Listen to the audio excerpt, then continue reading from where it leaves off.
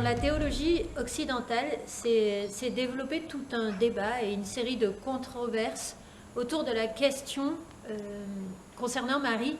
Qu'est-ce qui est le plus grand chez elle, sa sainteté ou sa maternité? Et en fait, avec les avancées théologiques, avec les dogmes mariaux du dernier siècle, plus le Concile Vatican II, on a en fait laissé de côté la question en disant que cette question n'était pas pertinente. Pourquoi? Parce que on a approfondi le fait que la maternité de Marie, si elle est divine en son terme, c'est-à-dire que Marie met véritablement au monde le Fils de Dieu, elle est aussi divine en son principe. Et c'est ce qu'on va voir aujourd'hui en voyant que finalement, quand Marie dit oui à sa vocation profonde de mère de Dieu, elle dit oui à devenir divine maternité. Maternité divine. Cette expression, maternité divine, elle est apparue au XVIIe siècle. Et au départ, simplement pour dire qu'effectivement, Marie était mère de Dieu. Mais très vite, elle a connu un approfondissement et une croissance qui nous ont amené à mieux découvrir qui est l'Immaculée.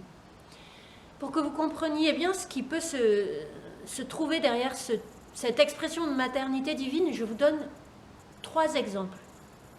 Le premier, c'est peut-on parler de la maternité de Marie comme on parlerait de la maternité de la maman d'un évêque? Eh bien non, puisqu'on ne peut pas parler de maternité épiscopale pour la maman d'un évêque ou de maternité papiscopale pour la maman d'un pape. Ça n'est pas approprié. Si je prends un deuxième exemple, peut-on comparer la maternité de Marie à la maternité d'une reine? Alors, déjà, ça se rapproche un petit peu plus, puisque une reine, effectivement, l'enfant qui va naître d'elle est appelé à devenir roi. La différence, c'est que peut-être il ne le sera pas, il ne le sera jamais. Et une différence encore plus importante, c'est qu'il n'est pas roi dans son essence. Il reste une nature humaine, et donc on ne peut pas parler de maternité royale. Troisième et dernier exemple, si je compare la maternité de Marie avec celle d'une mère chrétienne qui désire mettre au monde un enfant chrétien. Dans cet exemple-là, effectivement, cette maman désire le baptême déjà pour son enfant. Mais l'enfant qui va naître d'elle sera lui aussi simplement doué de la nature humaine, et la grâce qui vit dans le cœur et dans l'âme de sa maman ne passe pas directement dans l'âme de l'enfant. Donc, à nouveau, je ne peux pas, même si je peux parler moralement, si vous voulez, de maternité chrétienne, je ne peux pas parler de maternité chrétienne formellement et à strictement parler, ça ne tient pas. Au contraire, vraiment, pour Marie, je peux parler de maternité divine, puisque Marie met au monde véritablement le Fils de Dieu, le Verbe fait chair. Ça va jusque-là? On respire un peu. Donc c'est vraiment le Fils de Dieu que met au monde Marie. Et c'est par l'Esprit Saint que cette maternité divine est rendue possible. Donc cette maternité en Marie est réellement et véritablement divine, puisqu'elle est à la fois dans son terme et dans son principe. C'est parce que Marie est conçue immaculée et comme pétrie du Saint-Esprit qu'elle devient la mère de Dieu.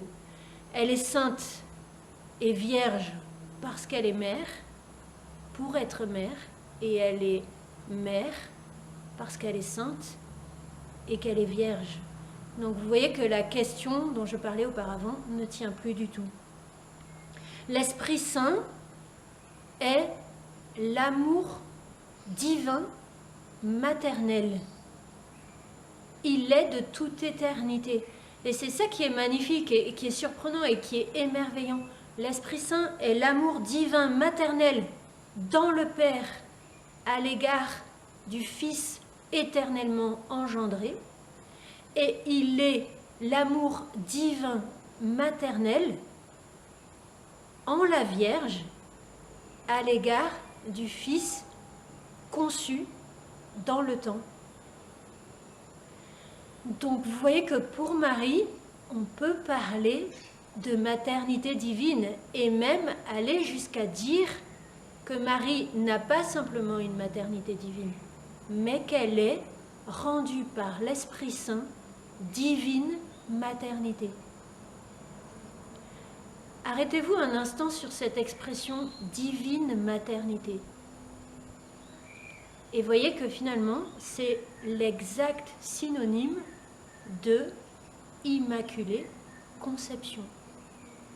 Que je parle d'immaculée conception ou de divine maternité, je dis la même chose. Immaculée, divine, conception, maternité. Marie est véritablement divine maternité. Ce sont les expressions qui la définissent le mieux et c'est même l'expression qu'elle a elle-même utilisée pour se présenter à Bernadette. Je suis l'Immaculée Conception. Elle est cette femme en acte éternel d'enfantement. Elle est mère dans toutes les fibres de son être. Un signe grandiose apparut dans le ciel. Une femme enveloppée de soleil, avec la lune sous ses pieds, la tête couronnée de 12 étoiles. Et cette femme est en acte éternel d'enfantement. Alors, cette maternité, elle va être progressive en Marie, on va le voir, mais cette maternité de Marie ne s'arrête absolument pas quand elle entre dans la gloire. Jean-Paul II y insistera vraiment beaucoup. En fait, cette maternité de Marie, elle est déjà là, radicalement et spirituellement, dès sa conception. Elle devient ensuite mère, effectivement et corporellement, au moment de l'incarnation.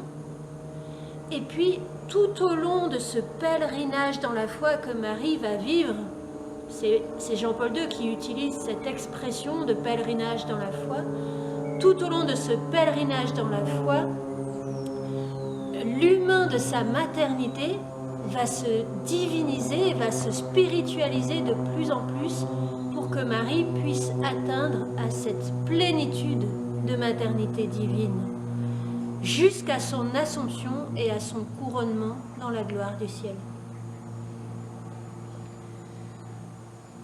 Où Marie, entrant dans la gloire, reçoit la place qui lui est réservée de toute éternité et celle à laquelle elle avait dit oui à l'archange Gabriel, un oui dans la foi, un oui joyeux. Elle reçoit cette place de mère. Et Maximilien dira, le titre de mère ne peut changer. Dans l'éternité, Dieu t'appelle encore maman. Alors, le défi d'aujourd'hui, il est simple, peut-être douloureux pour quelques-uns ou quelques-unes d'entre vous, mais il est très beau et je souhaite que ce soit source de joie et de fécondité. Je t'invite à prendre un moment pour remercier ta maman de la terre pour sa maternité et pour le don de la vie qu'elle t'a fait. Voilà, et pour tout ce qu'elle t'a donné pour que tu puisses grandir. Et je t'invite à prendre ce temps de qualité comme tu le voudras et pourras, soit par un coup de fil, soit par un dialogue avec elle si tu l'as à côté, soit avec un temps de prière si ta maman est déjà dans la gloire du ciel. Mais vis ce moment de qualité-là et dépose ta maman dans le cœur et dans les entrailles de Marie, et avec elle toutes les mamans de la terre. Voilà, sois très béni, bon temps avec ta maman de la terre et du ciel, et à demain.